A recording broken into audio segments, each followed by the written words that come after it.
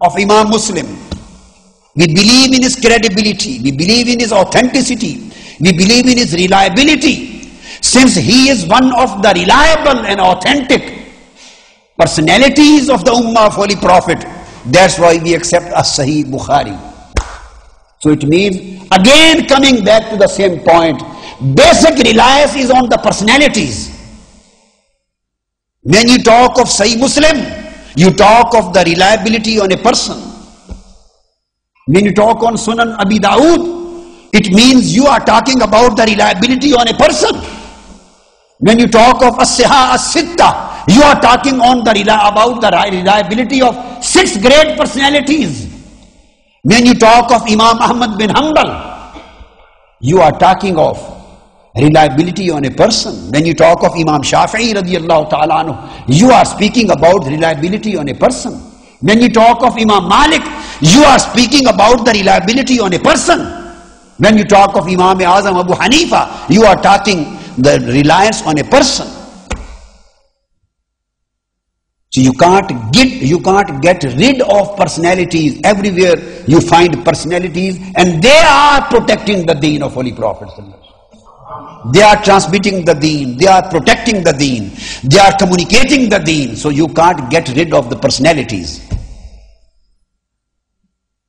That's why Almighty Allah ordered in Surah Al-Fatiha, Ihdina Sirat al-Mustaqim, Sirat al-Ladhina an'amta alayhim. The straight path, Almighty Allah would have said, He would have said, the straight path means the path of my book, the path of Quran, or the path of the Sunnah of my Prophet. He would have stated like this. But the first chapter of Holy Quran doesn't say that the straight path is the path of Quran and straight path is the path of Hadith and Sunnah. Although Quran and Sunnah is the straight path, but Quran has not given us this message. Quran has said, Sirat al-Ladhina an'amta alayhim. Straight path is the path of the blessed people, of the blessed personalities. So this is the first lesson of the first chapter of Quran. Try to follow the blessed personalities. So Quran is referring you to the personalities. And when we say we don't bother about the personalities, we just talk about Quran, it means you are negating Quran. So this knowledge came into existence in those days, and there were scholars who became the founders of science of Hadith. Among them were Imam Zuhri. I'm just quoting a few names, very few names. Among them were Malik bin Anas, the Imam of Ahlul Madinah, those who became the founder of science of Hadith. I'm not talking of the compilation of Hadith, the books, no, the science of Hadith, Usulul Hadith. Shu'ba bin al-Hajjaj,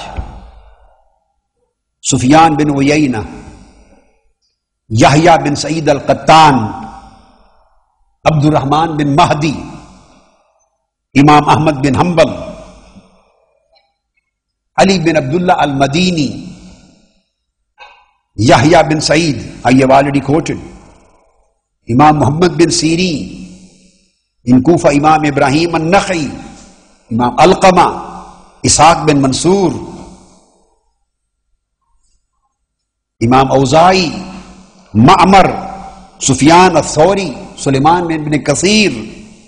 So all these scholars in early days, much earlier than Imam Bukhari and Imam Muslim came, they became the founders of the science of Hadith. They became the founders of science of Hadith.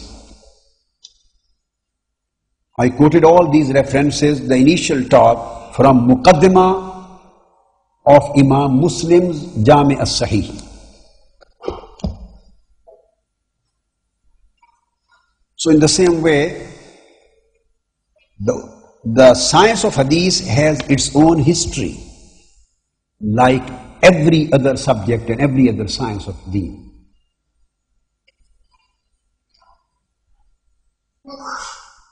As the books of hadith were compiled, and I told there were 100 compilations of hadith, collections of hadith, which existed before Imam Bukhari and Imam Muslim's works.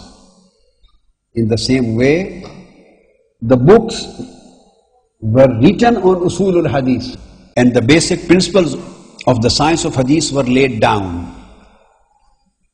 And Imam Shafi'i is known to be the first scholar and the first scientist of usul al-hadith, and the first authority who compiled the basic principles of hadith, science of hadith. In his book Ar-Risala,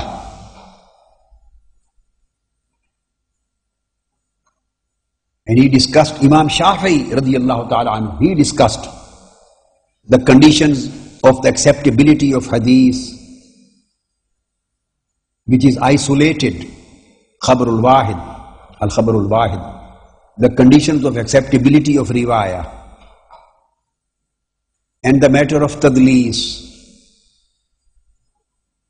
and the adala of transmitter, the trustworthiness of a transmitter, reliability of the transmitter, certain basic principles and things related to the ilmul riwayah, ilmul isnad, was discussed by Imam Shafi'i radiyallahu ta'ala anhu. So he became the founder of science of hadith.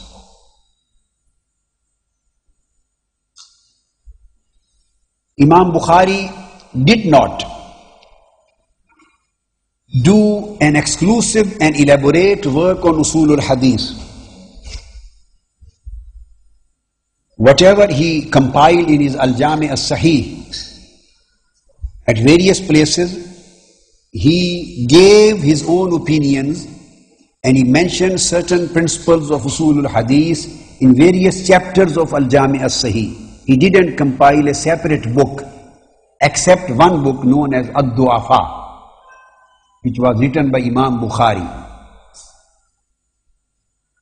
Otherwise, he mentioned various principles in various abwab, various chapters of Sahih Bukhari. Then Imam Muslim, among the 6 A'immah, is the first person after Imam Bukhari who wrote a full-fledged preface, muqaddimah on usul al-hadith. So Sahih Bukhari does not possess muqaddimah on usul al-hadith.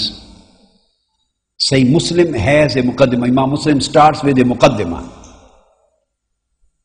a very comprehensive preface, and that consists of usul al-hadith. And I quoted certain statements from the same muqaddimah.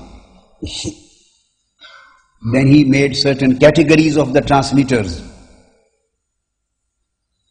and their etiquettes and the significance of the chain of narrators, chain of transmitters, and certain other technical matters related to the ilmul riwayah, ilmul isnad was also discussed by Imam Muslim.